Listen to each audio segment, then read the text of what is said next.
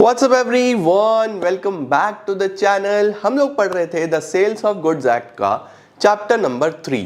आज chapter number 3 को खत्म करेंगे, बस फिर बचेगा चैप्टर नंबर 4। वो आपका एक ही क्लास में खत्म हो जाएगा, उसमें 2 क्लासेस की जरूरत नहीं पड़ेगी, एक ही क्लास में खत्म हो जाएगा और फिर हम आगे बढ़ेंगे लास्ट हमारे कॉन्ट्रैक्ट एक्ट की तरफ। तो आइए जल्दी से शुरू करते हैं और आज यूनिट 3 यानी चैप्टर 3 जो भी बोलना है उसको समाप्त करते हैं। Let's begin.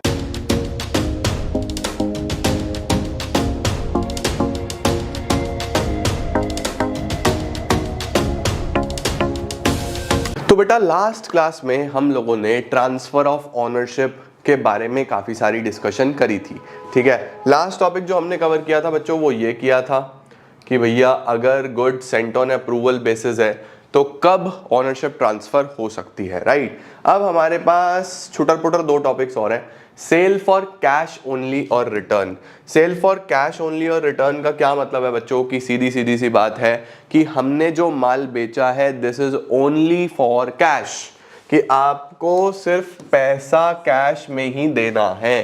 तो बहुत सीधा सा नियम है, अगर आपके पास गुड्स आ गए हैं, आ भी गए हैं भले ही, जब तक आप उसका पेमेंट नहीं कर रहे इन कैश तब तक टाइटल ट्रांसफर नहीं होगा। जैसे ही आप कैश पे कर दोगे तभी टाइटल ट्रांसफर होगा। सिंपल। देखो जरा क्या लिखा हुआ है, ए ने डिलीवर करी अपनी ज्वेलरी बी को on sale for cash only और रिटर्न बेसिस। ए ने बी को अपनी ज्वेलरी डिलीवर कर दी कि ठीक है भैया सेल तभी होगी जब तू कैश में पे कर देगा, नहीं तो वापस कर दियो। Okay, it was expressly provided, बताया गया है कॉन्ट्रैक्ट में कि ज्वेलरी शेल रिमेन ए की प्रॉपर्टी जब तक प्राइस नहीं पे हो रहा। बहुत क्लियर है भाई, बोला गया है जब तक प्राइस पे नहीं हो रहा ए की प्रॉपर्टी रहेगी। Before the payment of the price, अभी उसने पेमेंट नहीं करी, बी ने गिरवी रख दी ज्वेलरी सी के पास, B pledged the jewellery with C. अब बताओ जरा, अभी उसने पैसा नहीं दिया, गिरवी रख दी, क्या उसको अधिकार है ये गिरवी रखने का? भाई वो ऑनर ही नहीं है, उसके पास गुड टाइटल ही नहीं है, तो वो गिरवी कैसे रख सकता है? तो ये प्लेज वैलिड नहीं है। देखो क्या लिखा हुआ है, it was held that at the time of pledge ownership was not transferred to B, thus the pledge was not valid and A could recover the jewelry from C. A C से jewellery recover कर सकता है। Sir rule क्या है? आ जाओ। Where the goods have been delivered by a person on sale or return on the terms that goods were to be remain the property of the seller till they are paid. जब तक payment नहीं हो रहा तब तक वो seller की ही property रहेंगे। सिंपल सा नियम है। आगे लिखा हुआ है the property does not pass to the buyer until the terms are complied, that is the cash is paid. तो जब तक आप कैश पे नहीं कर देते एज अ बायर, आप कैश पेड नहीं करोगे जब तक, तब तक आपके पास ओनरशिप ट्रांसफर नहीं होगी। ठीक है, बहुत सिंपल है। चलो अगला क्या है sir? Reservation of the right of disposal. क्या बात है, बहुत ही अच्छा सवाल है ये, बहुत अच्छा सवाल है छोटा सा लेकिन पता होना चाहिए तुम्हें। आजा यार, कहाँ गया? आ गया। रिजर्वेशन का मतलब आपने गुड्स तो दे दिए लेकिन टाइटल अपने पास रोक लिया, टाइटल अपने पास रोक लिया। सर इसका क्या मतलब है? इसका मतलब ये है बच्चों कि मैंने गुड्स भिजवा दिए, ठीक है, फॉर एग्जाम्पल मैंने चिंटू को माल बेचा, मैंने गुड्स अपने पास से भिजवा दिए, लेकिन अब मैं ये चाहता हूं कि मैं ऑनरशिप तब ट्रांसफर करूं जब मेरा पेमेंट हो जाए, है ना। जब मेरा पेमेंट हो जाए मैं तभी ट्रांसफर करूं। तो मैं क्या करूंगा, गुड्स मैंने भेज दिए, कॉन्ट्रैक्ट हो गया, गुड्स मैंने भेज दिए, लेकिन अब मैं ऑनरशिप अपने पास रखना चाहता हूं। तो मेरे पास 2 तरीके हैं, मैं किस तरीके से इसको रोक सकता हूं ऑनरशिप को अपने पास।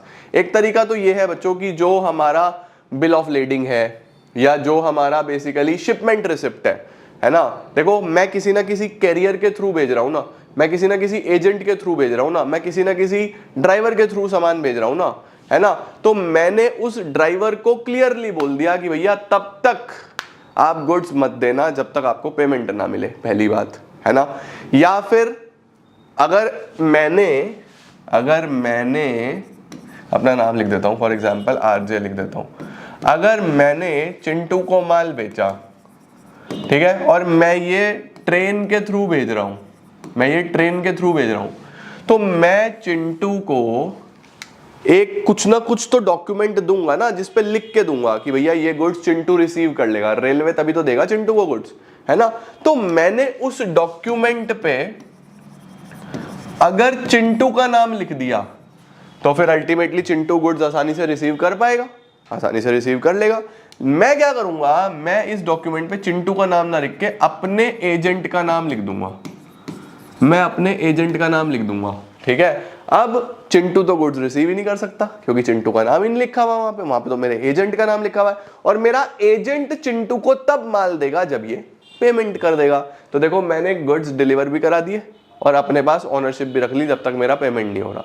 दूसरा तरीका क्या है कि मैं गुड्स के साथ साथ, एक तरीका तो ये है, दूसरा तरीका क्या है कि मैं गुड्स के साथ साथ एक बिल ऑफ एक्सचेंज भेज दूं, मैं गुड्स के साथ साथ एक बिल ऑफ एक्सचेंज भेज दूं और बहुत क्लियर इंस्ट्रक्शंस दूं कि भैया जैसे ही आप बिल ऑफ एक्सचेंज साइन कर दोगे तो आपको गुड्स मिल जाएंगे, अगर आप बिल ऑफ एक्सचेंज साइन नहीं करोगे तो गुड्स आपको नहीं दिए जाएंगे। तो बिल ऑफ एक्सचेंज सीधा सीधा यार आपको पता है एक लीगल डॉक्यूमेंट है, नेगोशिएबल इंस्ट्रूमेंट में पढ़ के आए, उस पर पेमेंट मिलना ही मिलना है, सही है ना। देखो क्या लिखा हुआ है, दिस सेक्शन प्रिजर्व, प्रिजर्व का मतलब रोकना, the right of disposal of goods, कि आपको गुड्स डिस्पोज नहीं होंगे, to secure that price is paid, आपको गुड्स तब तक नहीं मिलेंगे जब तक आप पेमेंट नहीं कर रहे, before the property in goods passes to the buyer, है ना। देखो लिखा हुआ है, where there is a contract of sale of specific goods और where goods have been subsequently appropriated to the contract, the seller may by the terms of contract as the case may be reserve the right to dispose of the goods,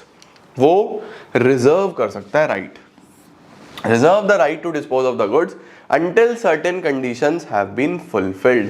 In such a case, in spite of the fact that goods have already been delivered or a carrier, देखो या तो goods deliver हो गए हैं किसको, buyer को या career को, कैरियर का मतलब जो मेरा सामान लेके आ रहा है भाई, शिप लेके आ रहा है, रेलवे लेके आ रहा है, कोई फ्लाइट से आ रहा है ना, और other bailee for the purpose of transmitting the same to the buyer, the property will not pass, property pass नहीं होगी बायर को जब तक कंडीशंस जो है वो पूरी नहीं हो जाती। अब कंडीशंस बच्चों क्या क्या लगा सकता है, कंडीशंस आपके सामने है, मैंने आपको बताई दी, या तो एजेंट के नाम पे डॉक्यूमेंट दे देगा या फिर बिल ऑफ एक्सचेंज भेज देगा साथ में, है ना।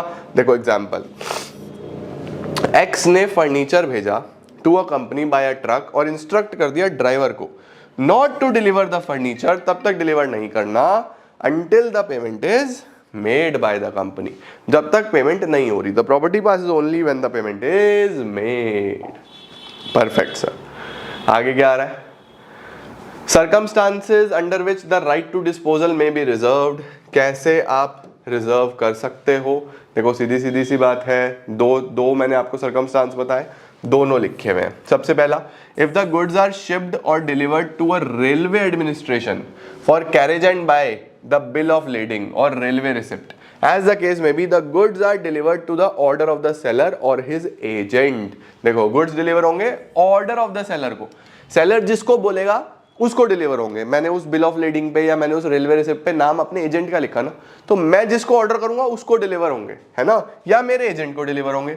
Then the seller will be prima facie deemed to have reserved the right of disposal. इसका मतलब सेलर ने अपने पास अभी पावर रखी है कि मैं गुड्स तभी आपको दूंगा जब मेरा पैसा मिल जाएगा। मैं पहले भरोसा नहीं करता भैया, आप गुड्स ले जाओ पैसे ना दो मैं कहां ढूंढूंगा आपको, है ना।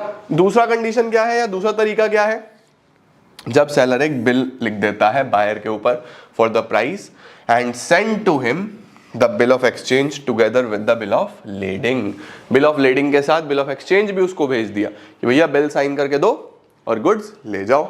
The railway receipt to secure acceptance और payment thereof, the buyer must return the bill of lading if he does not accept और पे द बिल। सीधी सीधी सी बात है, सही है जी, done sir, done done done done. ये तो क्लियर हो गया। अब हमारे पास बच्चों अगला टॉपिक आ रहा है जो चैप्टर के शुरू से पढ़ा रहा हूं मैं कि भैया रिस्क किसका, सामान अगर डैमेज हो जाते हैं तो रिस्क किसका।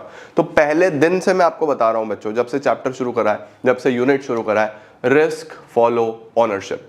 रिस्क किसको फॉलो करता है, ऑनरशिप को फॉलो करता है। भैया जो ऑनर है उसका रिस्क है। जब तक ऑनरशिप सेलर के पास है तब तक गुड्स को कोई भी लॉस होगा, कोई भी डैमेज होगा, कोई चोरी होगी, आग लगेगी, वो रिस्क सेलर का है। जैसे ही ऑनरशिप ट्रांसफर हो गई बायर को तो सारा का सारा रिस्क बायर का हो जाएगा। ऑनरशिप कब ट्रांसफर होती है, कैसी ट्रांसफर होती है, सब हम पढ़ चुके हैं, है ना। देखो क्या लिखा हुआ है, risk prima facie passes with the property, property का मतलब ऑनरशिप, रिस्क पास ऑन हो जाता है ऑनरशिप के साथ। अकॉर्डिंग टू सेक्शन 26, ये सेक्शन 26 क्या बोलता है, अनलेस अदरवाइज एग्रीड, यानी आप एग्री कर सकते हो, ये इसका एक्सेप्शन है, ये इसका एक्सेप्शन है कि ऑनरशिप ट्रांसफर हो गई लेकिन तब भी रिस्क सेलर का ही है, ये हो सकता है अगर आप एग्री कर लो, कुछ कंडीशन में लोग कर लेते हैं, ठीक है। तो unless otherwise agreed the goods remain at the seller's risk until the property is transferred to the buyer, जब तक ऑनरशिप बायर को नहीं जा रही रिस्क सेलर का है। But when the property is transferred to the buyer, जैसे ही बायर को ऑनरशिप ट्रांसफर हो गई, the goods are at the buyer's risk, goods buyer के रिस्क पे है चाहे डिलीवरी हुआ है या नहीं। इसका मतलब रिस्क जो है सीधा सीधा किससे जुड़ा है, ऑनरशिप से जुड़ा है, डिलीवरी से इसको कोई भी मतलब नहीं है। गुड्स डिलीवर हुए हैं या नहीं हुए हैं इसको कोई मतलब नहीं है। Ownership in a normal circumstance, in a normal circumstance ownership के साथ रिस्क जुड़ा है, ठीक है। अनलेस अदरवाइज एग्री लिखा हुआ है, तुम कुछ और एग्री करना चाहते हो कर लो भैया, कॉन्ट्रैक्ट कर लो आपस में। तो लॉ तो हमेशा ये बोलता है कि तुम आपस में जो भी कॉन्ट्रैक्ट करोगे वो मान्य है, नहीं करते तो फिर जो यहां लिखा हुआ है वो चीज, ठीक है। However section 26 also lay down an exception to the rule that risk follow ownership, बोल रहा है इसका एक एक्सेप्शन भी है। हम नॉर्मली तो बोल रहे हैं कि रिस्क ऑनरशिप के साथ जुड़ा है, लेकिन इसका एक एक्सेप्शन भी है। क्या एक्सेप्शन है, एक तो ये है कुछ और तुमने एग्री कर लिया, या फिर कई बार ऐसा हो जाता है बच्चों कि डिफॉल्ट हो रहा है। सर किस चीज का डिफॉल्ट हो रहा है, ट्रांसफर में डिफॉल्ट हो रहा है। सर कैसे, देखो लिखा हुआ है, it provide that where delivery of the goods has been delayed through the fault of either buyer or seller. जो गुड्स डिलीवर कराने हैं ना, जो गुड्स डिलीवरी करानी है वो या तो बायर नहीं होने दे रहा या सेलर नहीं होने दे रहा, यानी दोनों कुछ ना कुछ डिफॉल्ट कर रहे हैं, या बायर नहीं होने दे रहा या फिर सेलर नहीं होने दे रहा, कुछ ना कुछ डिफॉल्ट हो रहा है। The goods are at the risk of the party in fault as regard any loss which might not have occurred but for such fault. इसका मतलब यह है कि अगर डिलीवरी में डिले हो रहा है और वो किसी ना किसी बायर या सेलर की वजह से हो रहा है, किसी ना किसी बायर या सेलर की वजह से हो रहा है, तो उस सिनेरियो में बच्चों जिसकी वजह से डिफॉल्ट हो रहा है उसका वो रिस्क रहने वाला है, उसका वो अल्टीमेटली उसी को वो सब उसके डैमेजेस वगैरह झेलने पड़ेंगे। सीधी सी बात है, ये इसका एक्सेप्शन है। सर इसका क्या मतलब हुआ, इसका मतलब ये हुआ बच्चों, जैसे फॉर एग्जाम्पल ले लेते हैं।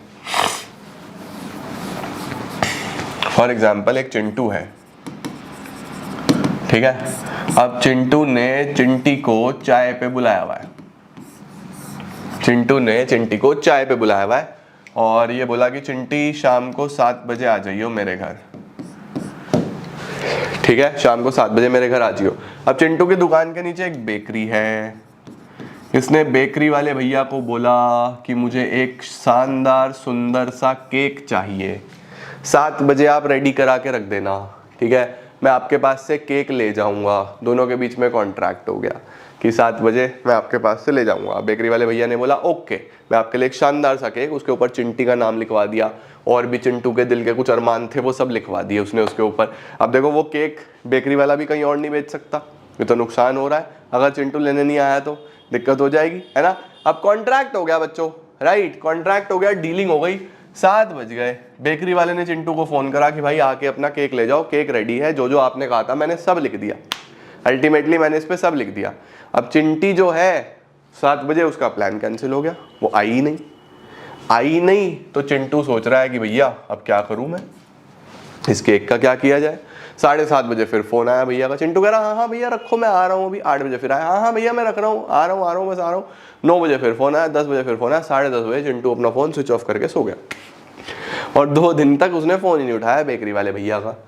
अब बेसिकली यहाँ पे क्या है जी, यहाँ पे चिंटू बोल रहा है भाई मेरे पास तो गुड्स आए ही नहीं, आपके पास है, आप ही के पोजीशन में है, आप ही ओनर हो, आप ही लॉस झेलो। तो ये बोल रहा है ना ऐसा नहीं चलेगा। यहाँ पे देखो क्या लिखा हुआ है, it provides that where delivery of the goods has been delayed, delay हो रही है किसकी फॉल्ट की वजह से, चाहे वो बायर की वजह से हो चाहे वो सेलर की वजह से हो। The goods are at the risk of the party in fault, जो फॉल्ट कर रहा है, जो यहाँ पे दिक्कत कर रहा है, जिसकी वजह से डिलीवरी डिले हो रही है, वो झेलेगा सब कुछ। तो यहाँ पे जो बेकरी वाले भैया हैं वो चिंटू को बोलेंगे भाई साहब मेरे केक के पैसे आपको भरने पड़ेंगे, आपकी वजह से सारी चीजें हुई हैं। समझे बेटा? सही है जी, चलो जी, क्लियर है जी। देखो लिखा हुआ है risk prima facie passes with ownership. Seller का रिस्क जब तक प्रॉपर्टी पास नहीं होती बायर को, और बायर का रिस्क जैसे ही उसको प्रॉपर्टी पास हो जाती है। ये देखो, ये मेन चीज है, ठीक है, ओके। बट अगर डिलीवरी में डिले हो रहा है तो जिसकी वजह से डिले हो रहा है वो झेलेगा, ठीक है। या फिर आपने अगर कुछ और एग्री करा है तो फिर वो चलेगा, ठीक है। एक एग्जांपल देखो क्या लिखा हुआ है। A bid for an antique painting, bid का मतलब बोली लगना, for an antique painting at a sale by auction. After the bid, when the auctioneer struck his hammer to signify acceptance of the bid, he hit the antique, which gets damaged. लो जी, auctioneer जो होता है, auctioneer वो बोलता है ना हथौड़ी, 10,000 रुपए चिंटू एक, 10,000 रुपए चिंटू दो, इतने कोई और बोली लगाता है।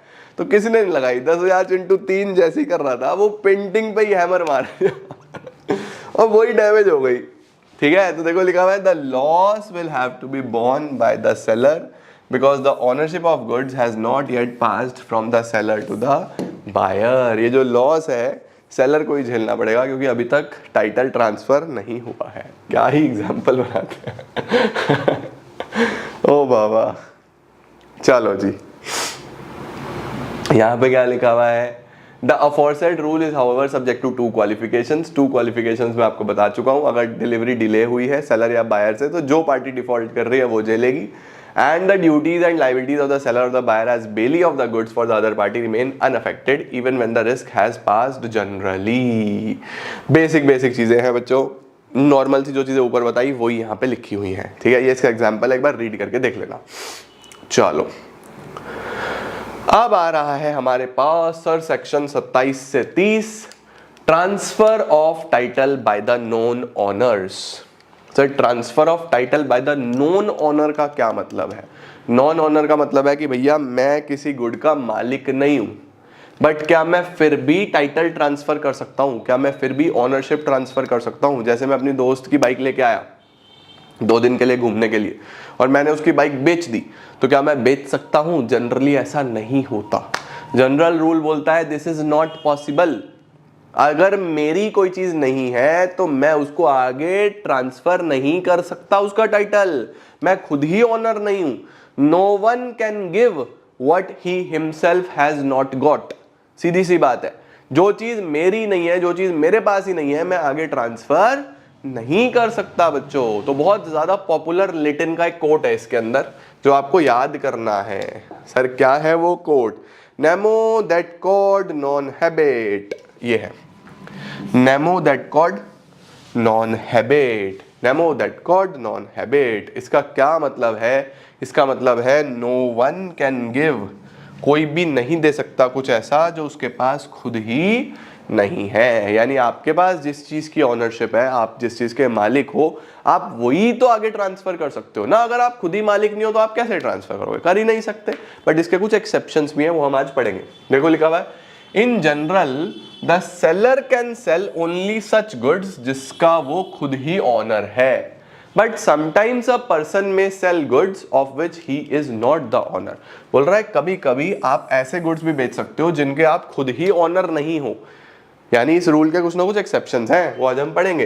Then the question arise at to what is the position of the buyer who has bought the goods by paying price. तो बोल रहा है अगर मैं एक नॉन ऑनर हूं, मैं खुद ऑनर नहीं हूं, और बायर ने गुड फेथ में सामान खरीदा है, वो तो मुझे ही मालिक समझ रहा है, तो उस बायर की क्या पोजीशन है? क्या उसको अच्छा गुड टाइटल मिलेगा, या जब एक्चुअल ऑनर आ जाएगा तो वो वापस ले जाएगा अपने गुड्स? तो वो हमें आगे पढ़ना है।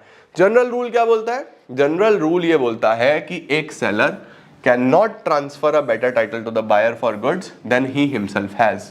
ये सबसे इंपॉर्टेंट है, जनरल रूल याद रखना। जनरल रूल ये है, बाकी सब मिटा देता हूं। जनरल रूल क्या है? जनरल रूल बोल रहा है कि जितना आपके पास टाइटल है ना, आप उतना ही ट्रांसफर कर सकते हो, उससे बेटर टाइटल ट्रांसफर नहीं कर सकते। Seller can not transfer a better title to the buyer for goods than he himself has. If the seller is not the owner of the goods then the buyer also will not become the owner. That is, the title of the buyer shall be the same as that of the seller. Seller का ही title defective है, फिर buyer का भी defective ही होगा। क्यों? क्योंकि nemo dat quod non habet क्या बोलता है? No one can give what he himself has not got. मेरे पास कोई चीज नहीं है, मेरे पास कोई चीज का मालिकाना अधिकार नहीं है, मेरे पास किसी चीज की ऑनरशिप नहीं है, तो मैं ऑनरशिप ट्रांसफर कर ही नहीं सकता। ठीक है, बट सर क्या इसके कुछ एक्सेप्शंस हैं? आ जाओ, पहले एग्जांपल देख लो। लिखा हुआ है if A sell some stolen goods to B. A ने माल चोरी करा और बी को बेच दिया। देखो चोरी का माल है, ए खुद मालिक नहीं है, तो बी ने जो गुड्स खरीदे उसकी ओनरशिप उसको ट्रांसफर नहीं होगी बेटा। जनरल रूल ये बोलता है। क्या लिखा हुआ है? Who buys them in good faith, B will get no title to that. B को कोई टाइटल नहीं मिलेगा and true owner has the right, जो उसका एक्चुअल ओनर है उसके पास अधिकार है कि वो अपने गुड्स वापस ले सकता है बी से।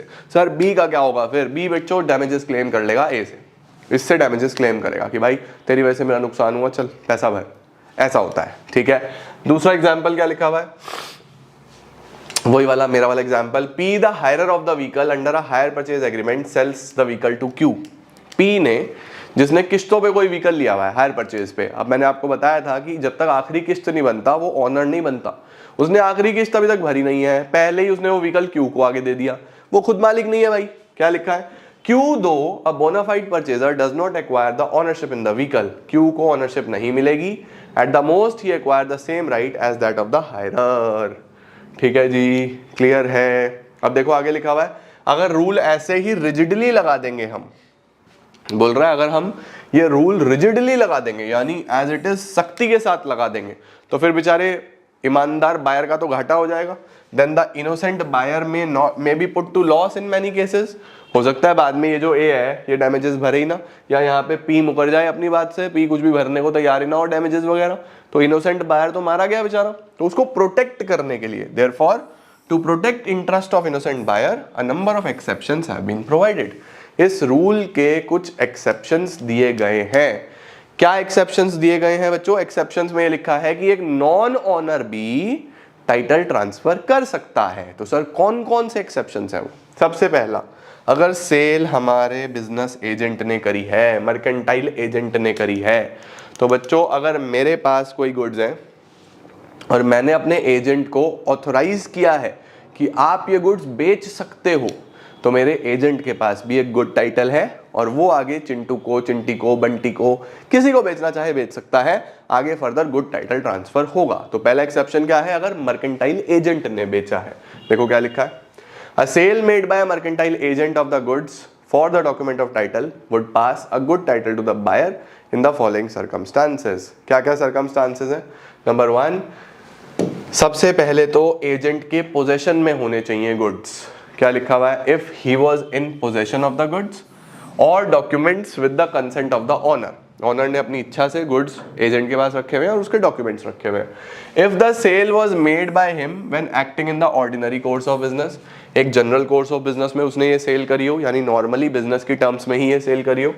If the buyer had acted in good faith, buyer ने अपना ओरिजिनली गुड फेथ में सामान खरीदा है, and has at the time of the contract of sale no notice of the fact that seller had no authority to sell, और उसको ये भी पता नहीं था ऐसा कुछ भी कि भैया इसको अथॉरिटी ही नहीं है बेचने की, यानी वो बेसिकली गुड फेथ में खरीद रहा है, उसको ऐसा लग रहा है कि ये एजेंट ही ऑनर है, यही सामान बेचता है, उसको एक्चुअल ऑनर के बारे में कुछ भी नहीं पता, तो बायर को गुड टाइटल ट्रांसफर होगा बच्चों, भले ही नॉन ऑनर ने ये गुड्स बेचे हों।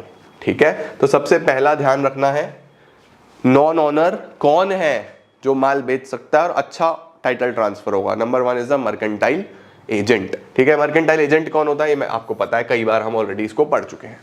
ठीक है जी, चलो next, sale by one of the joint owners.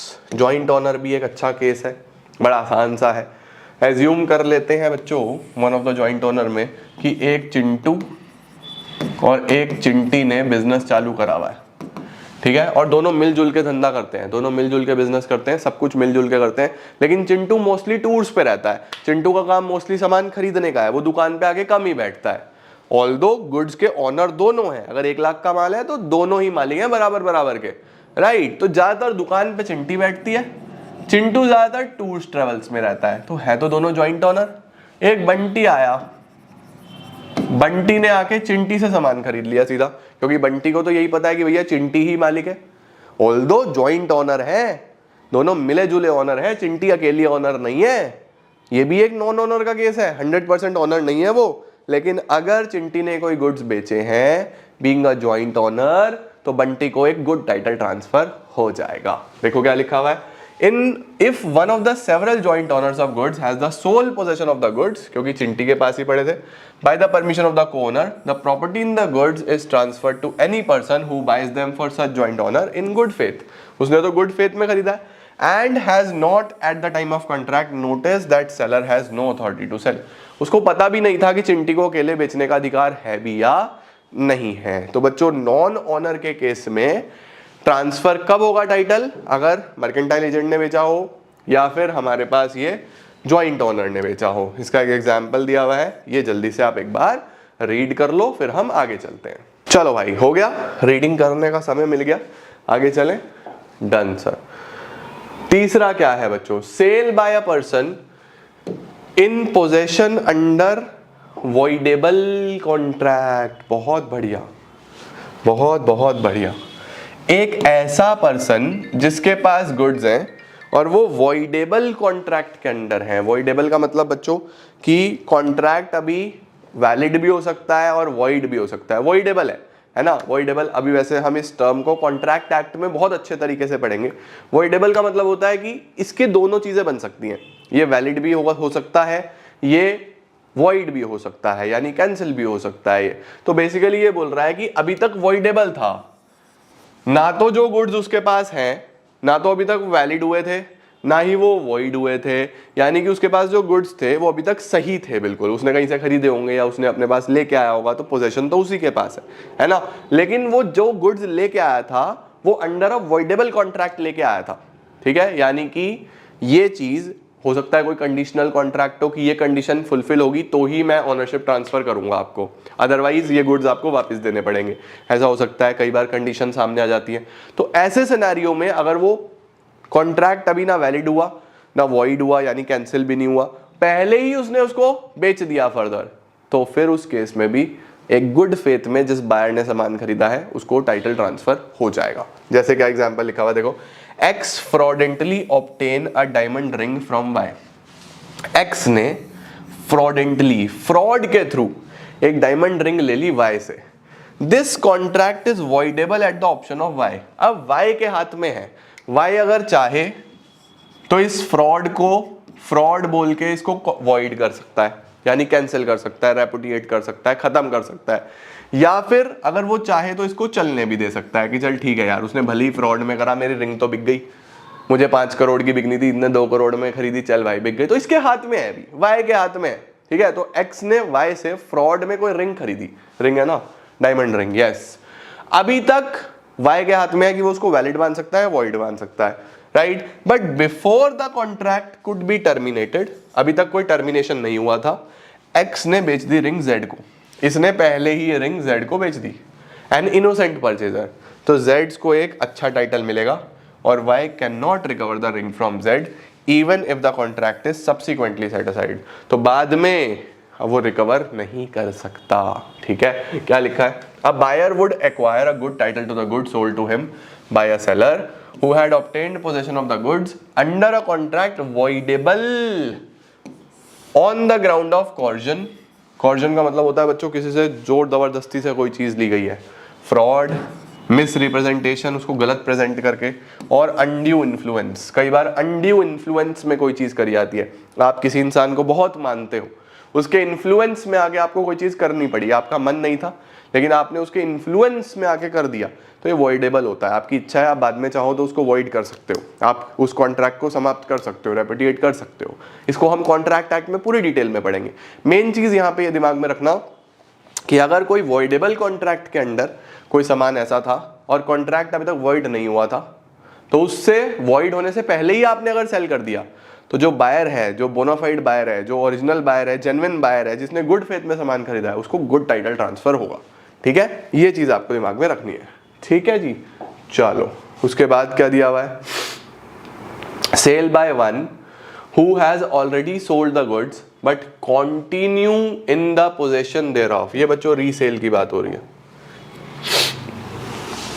ये किसकी बात हो रही है? रीसेल की। Sale by one who has already sold the goods but continue in possession thereof। इसका मतलब चिंटू ने चिंटी को कुछ माल बेचा, चिंटू ने चिंटी को कुछ माल बेचा और इसने ऐसा बोला, ठीक है चिंटी, हमारा लेन देन हो गया, अब मैं आपको कल गुड्स भिजवा दूंगा। चिंटी ने बोला ठीक है, आप मुझे कल गुड्स भिजवा देना। अब देखो बच्चों, सब कुछ अच्छे से हो रहा है, इन दोनों के बीच में डीलिंग हुई, चिंटी ने पैसे दे दिए, हिसाब किताब हो गया, बस डिलीवरी करानी थी कल, पेमेंट तो हो गया, राइट, तो ऑनरशिप तो चिंटी की बन जाती है ना। लेकिन कल जब ये गुड्स भेजने वाला था चिंटी को, उससे पहले ही इसको बंटी मिल गया और बंटी ने बोला मुझे ये सामान चाहिए, और चिंटी को इसने let suppose 10 rupees per KG के हिसाब से बेचा था। बंटी ने बोला मैं आपको 12 रुपए पर केजी दूंगा 12 रुपए पर केजी दूंगा, तो आप ये मुझे दे दो। इसने कहा अरे वाह प्रॉफिट हो रहा है, इसने उठा के बंटी को बेच दिया ये माल। अब मुझे बताओ, बंटी को तो पता ही नहीं था कि ये माल ऑलरेडी बिका हुआ है, बंटी ने तो गुड फेथ में खरीदा था, क्योंकि बंटी के हिसाब से वो चिंटू ही ऑनर है, उसको थोड़ी पता है वो ऑलरेडी उसको बेच चुका है।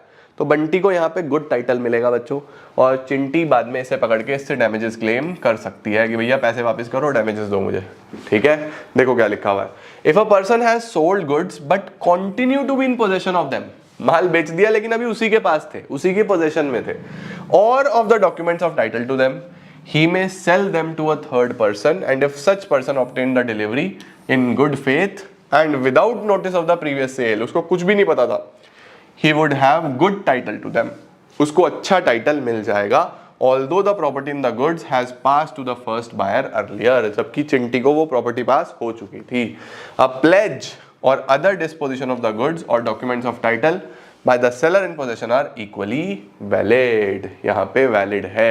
सर चिंटी बेचारी बाद में भाई डैमेजेस क्लेम करेगी, अब क्या कर सकते हैं। ठीक है, चलो नेक्स्ट आ रहा है, sale by buyer obtaining possession before the property in the goods has vested in him. यहाँ पे सेल कौन कर रहा है? बायर कर रहा है। एक बायर माल बेच रहा है, obtaining possession before the property in the goods has vested in him, यानी अभी ऑनरशिप ट्रांसफर नहीं, उसने पहले ही बेच दी। ठीक है, इसका मतलब क्या है कि चिंटू ने चिंटी के साथ कुछ गुड्स की डीलिंग करी।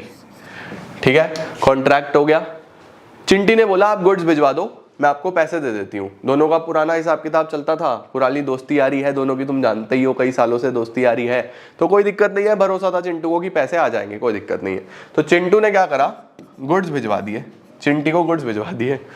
अब अल्टीमेटली चिंटी ने अभी तक पैसे नहीं दिए हैं, तो ऑनरशिप तो ट्रांसफर नहीं हुई, लेकिन पोजेशन आ गया इस बायर के पास। Sale by buyer obtaining possession, possession आ गया before the property in the goods has vested, अभी उसके पास प्रॉपर्टी नहीं आई है, ऑनरशिप नहीं आई है, और इसने क्या करा, इन गुड्स को आगे बेच दिया बंटी को, बंटी को आगे बेच दिया पहले ही, जबकि वो खुद मालिक नहीं थी अभी तक, क्योंकि उसने पैसे नहीं दिए तो मालिक कहां से हो जाएगी भैया। कॉन्ट्रैक्ट तो पूरा तभी होगा ना जब पेमेंट हो जाएगा। कंसिडरेशन तो बहुत इंपॉर्टेंट है, बिना कंसिडरेशन के कॉन्ट्रैक्ट पूरा नहीं होता बच्चों, कॉन्ट्रैक्ट एक्ट में पढ़ेंगे हम, राइट। तो यहाँ पे इस केस में बंटी ने तो गुड फेथ में खरीदे हैं, बंटी को तो लग रहा है चिंटी मालिक है, चिंटी के पास पड़े हैं गुड्स तो इसी के होंगे, तो उसको ऑनरशिप ट्रांसफर हो जाएगी, जबकि चिंटी एक नॉन ऑनर है।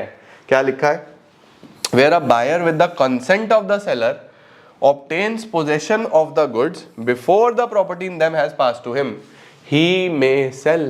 चिंटी इन गुड्स को बेच सकती है, गिरवी रख सकती है, डिस्पोज कर सकती है किसी थर्ड पर्सन को, and if such person obtain delivery in good faith, उसने गुड फेथ में लिए और उसको कुछ नहीं पता कि भैया किसके पास माल रखने का अधिकार था, लियन, राइट ऑफ लियन, इसको अगले चैप्टर में पढ़ेंगे हम, राइट ऑफ लियन को पूरे डिटेल में पढ़ेंगे, गुड्स रखने का अधिकार था, and other rights of the original seller in respect of the goods, he would get a good title. Basically उसको भी एक गुड टाइटल मिल जाएगा, ये भी आपको ध्यान में रखना है।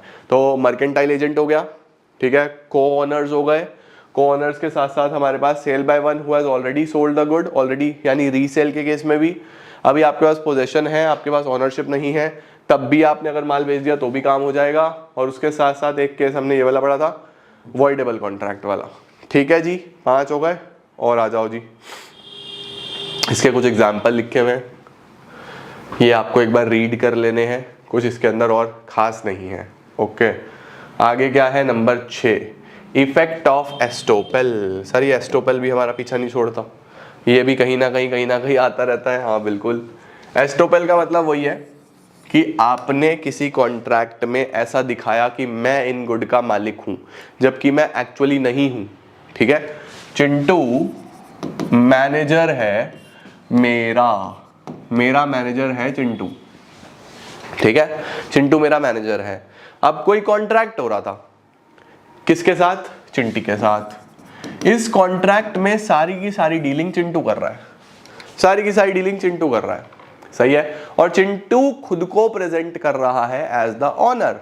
चिंटू बोल रहा है कि हाँ मैं ही ऑनर हूँ, सारा का सारा सामान मेरा ही तो है, मैं ही तो बेचता हूँ, सब कुछ मैं ही करता हूँ। और ये सामान चिंटी इस इंप्रेशन में आके इससे खरीद भी लेती है, राइट। अब चिंटू ऑनर तो नहीं था, लेकिन क्योंकि उसने खुद को प्रेजेंट करा और मैंने वहां पे साइलेंस रखी, मैं बोलता ना चिंटी को कि देखो ये सिर्फ मेरा मैनेजर है, सामान मैं बेचूंगा, मैं ओरिजिनल इसका सेलर हूं, मैं इसका ओरिजिनल मालिक हूं, बट मैंने कुछ नहीं बोला, मैं चुप रहा, बिल्कुल साइलेंट।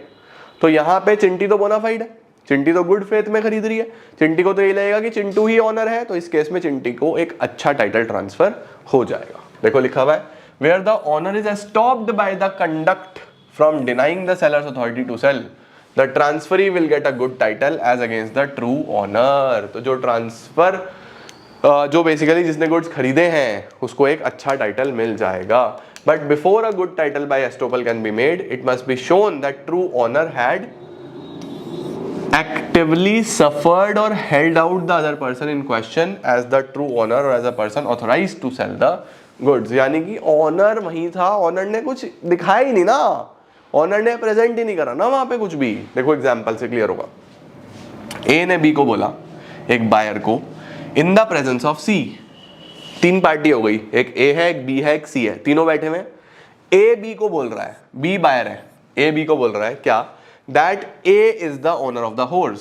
बोल रहा है मेरे पास एक हॉर्स है, इसको घोड़े बेचने का बहुत शौक है, मेरे पास एक हॉर्स है, ठीक है। जबकि सी जो है वहीं पे था अवेलेबल, वहीं पे प्रेजेंट था, और ए बी को बोल रहा है मेरे पास एक घोड़ा है, मैं उसको बेचना चाहता हूं। But C remained silent though the horse belong to him. C था एक्चुअल ऑनर, असली ऑनर ये था, एक्चुअल ऑनर ये था, लेकिन ये बिल्कुल चुप है, इसने वहां पे कुछ नहीं बोला कि ठीक है कोई नहीं डील करने दो। B bought the horse from A, अब बी ने तो ए से खरीदा भाई। Here the buyer B will get a valid title of the horse even though the seller had no title to the horse। बोल रहा है इसको तो अधिकार ही नहीं था बेचने का, लेकिन तब भी इसको गुड टाइटल मिलेगा क्योंकि सी सामने तो बैठा था यार, वो बोलता ना वहीं की वहीं, नहीं बोला तो लॉ बाद में बोलता अब कोई अधिकार नहीं है भैया, ठीक है। In this case C by his own conduct is prevented from denying that A's authority to sell the horse। बाद में C ये नहीं बोल सकता कि भैया A को तो अधिकार ही नहीं था। Here C's silence has induced B to believe that A is the owner। ठीक हो गया बच्चों, done sir. Sale by an unpaid seller. Sale by an unpaid seller का क्या मतलब होता है? अनपेड सेलर को भी हम डिटेल में अगली क्लास में पढ़ेंगे बच्चों, चैप्टर नंबर 4 अनपेड सेलर पे ही है, उसके अधिकारों पे है। अनपेड सेलर का मतलब है कि जिसको अभी तक पैसा नहीं मिला है, ही इज अनपेड। मैंने कोई सामान बेचा चिंटू को, मुझे अभी तक पैसा नहीं मिला, तो मैं उन गुड्स को आगे रीसेल कर सकता हूं। सिंपल क्या है, where an unpaid seller who had exercised his right of lien. Lien का मतलब माल मेरी ही कस्टडी में थे, मैं अनपेड हूं, मेरे पास ही थे, और स्टॉपेज इन ट्रांजिट, या मैंने रास्ते में ही रुकवा दिए। मैंने माल बेचा चिंटू को और चिंटू मुझे पैसे नहीं दे रहा, गुड्स मेरे ही कब्जे में थे, मेरी ही पोजीशन में थे, तो मैं बोलूंगा ठीक है भले ही कॉन्ट्रैक्ट हुआ हो, जब तक पैसे नहीं दिए वैलिड ही नहीं है, मैं मानता ही नहीं इसको, पहले पैसे दो ना यार। तो मैं हो गया अनपेड सेलर। तो बच्चों अनपेड सेलर जो है वो अपना राइट ऑफ लियन, यानी गुड्स उसके पास है, वो उसको उस राइट को यूज कर सकता है, या फिर अगर मैंने भेज दिए थे तो मैं रास्ते में ही रुकवा सकता हूं, स्टॉपेज इन ट्रांजिट।